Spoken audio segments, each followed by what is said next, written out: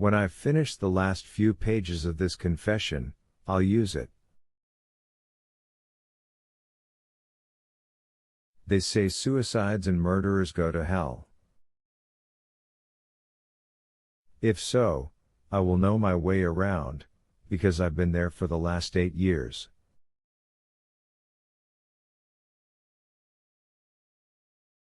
I went to Omaha, and if it is indeed a city of fools, as I used to claim, then I was at first a model citizen.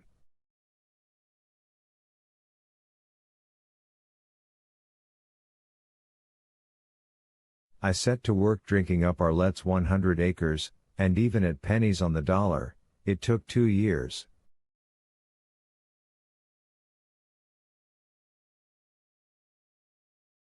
When I wasn't drinking, I visited the places Henry had been during the last months of his life, the grocery and gasoline station in Lime Bisco with the blue bonnet girl on the roof, by then closed with a sign on the boarded up door reading for sale by bank, the pawn shop on Dodge Street, where I emulated my son and bought the pistol now in my jacket pocket, the Omaha branch of the First Agricultural.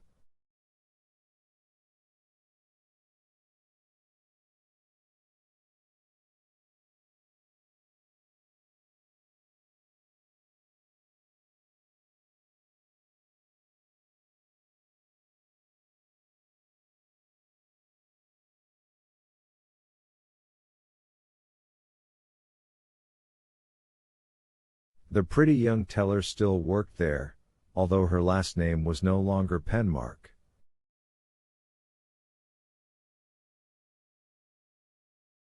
When I passed him the money, he said thank you, she told me. Maybe he went wrong, but somebody raised him right.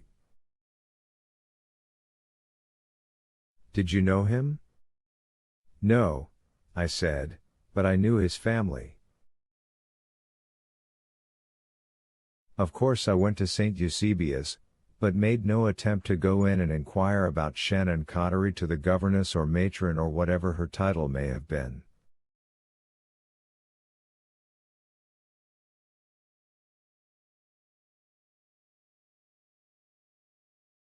It was a cold and forbidding hulk of a building, its thick stone and slit windows expressing perfectly how the papist hierarchy seems to feel in their hearts about women. Watching the few pregnant girls who slunk out with downcast eyes and hunched shoulders told me everything I needed to know about why Sean had been so willing to leave it.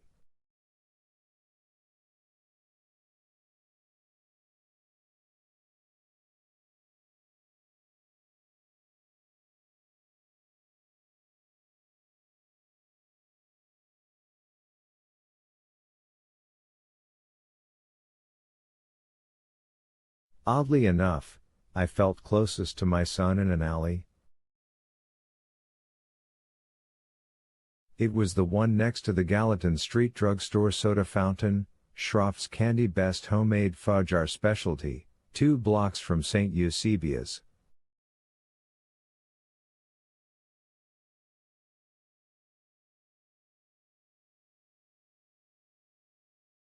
There was a crate there, probably too new to be the one Henry sat on while waiting for a girl adventurous enough to trade information for cigarettes, but I could pretend, and I did.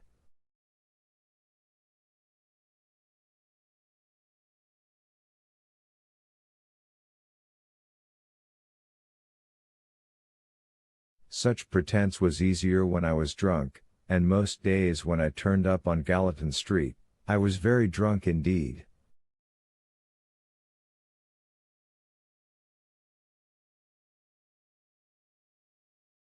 Sometimes I pretended it was 1922 again and it was I who was waiting for Victoria Stevenson.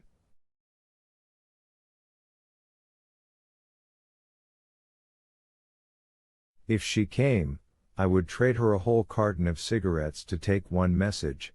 When a young man who calls himself Hank turns up here, asking about Sean Cottery, tell him to get lost.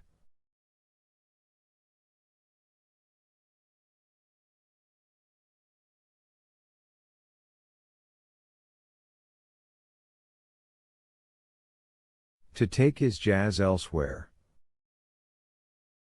Tell him his father needs him back on the farm, that maybe with two of them working together, they can save it.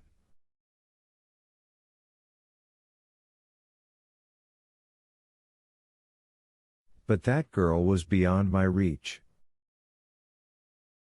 The only Victoria I met was the later version, the one with the 3 comely children and the respectable title of Mrs. Hallett.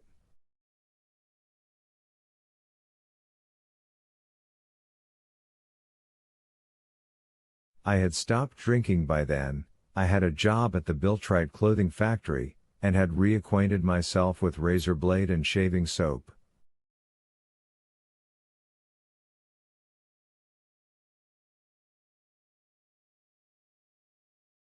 Given this veneer of respectability, she received me willingly enough.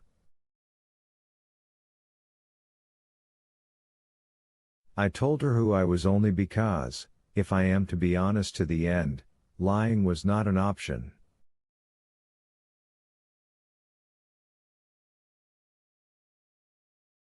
I could see in the slight widening of her eyes that she had noted the resemblance.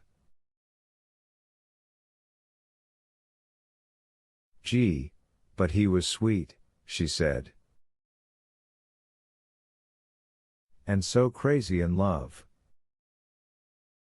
I'm sorry for Sean, too. She was a great gal. It's like a tragedy out of Shakespeare, isn't it? Only she said it tragedy, and after that I didn't go back to the Gallatin Street alley anymore, because for me Arlette's murder had poisoned even this blameless young Omaha matron's attempt at kindness.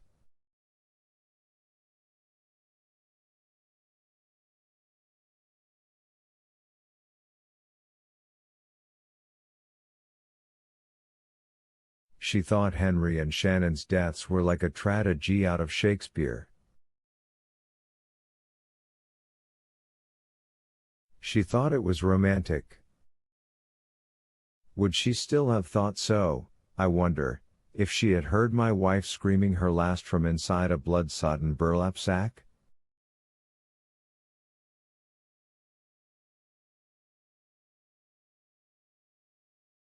Or glimpsed my son's eyeless, lipless face? I held 2 jobs during my years in the Gateway City, also known as the City of Fools.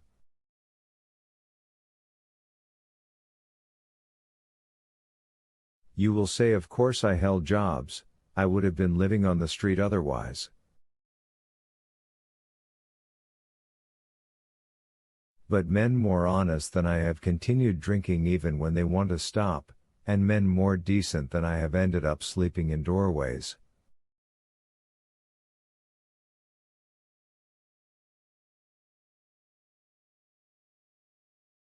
I suppose I could say that after my lost years, I made one more effort to live an actual life.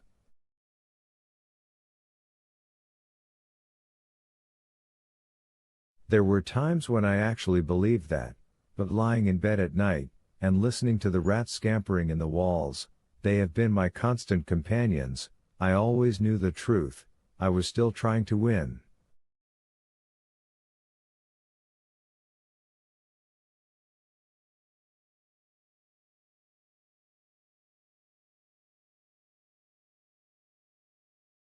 Even after Henry's and Shannon's deaths, even after losing the farm, I was trying to beat the corpse in the well.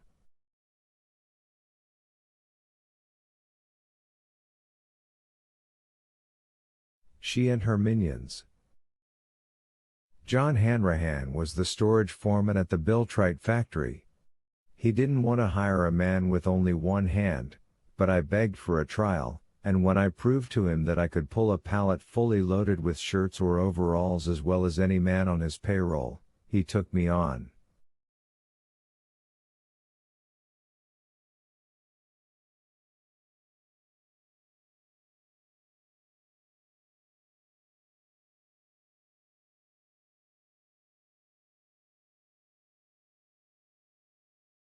I hauled those pallets for 14 months, and often limped back to the boarding house where I was staying with my back and stump on fire.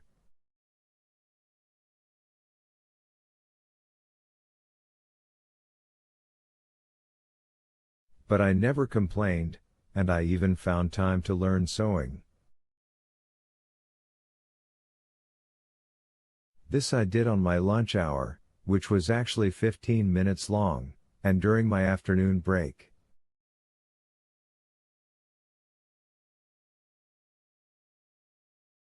While the other men were out back on the loading dock, smoking and telling dirty jokes, I was teaching myself to sew seams, first in the burlap shipping bags we used, and then in the overalls that were the company's main stock-in-trade.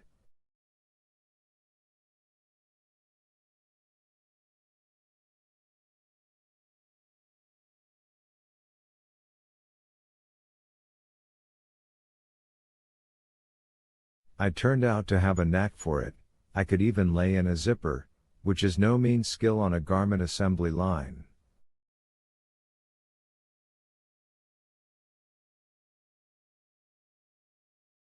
I'd press my stump on the garment to hold it in place as my foot ran the electric treadle.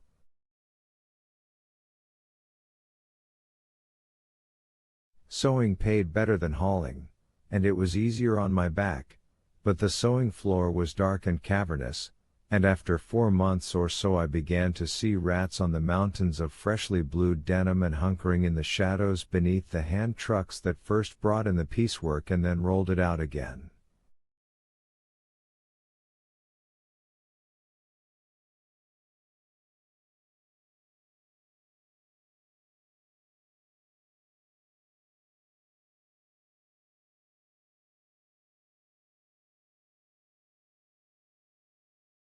On several occasions I called the attention of my coworkers to these vermin.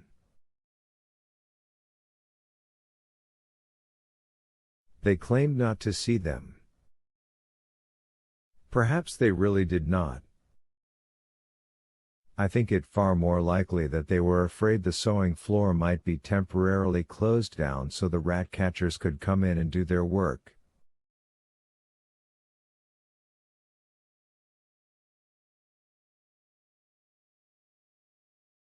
The sewing crew might have lost 3 days' wages, or even a week. For men and women with families, that would have been catastrophic. It was easier for them to tell Mr. Hanrahan that I was seeing things. I understood.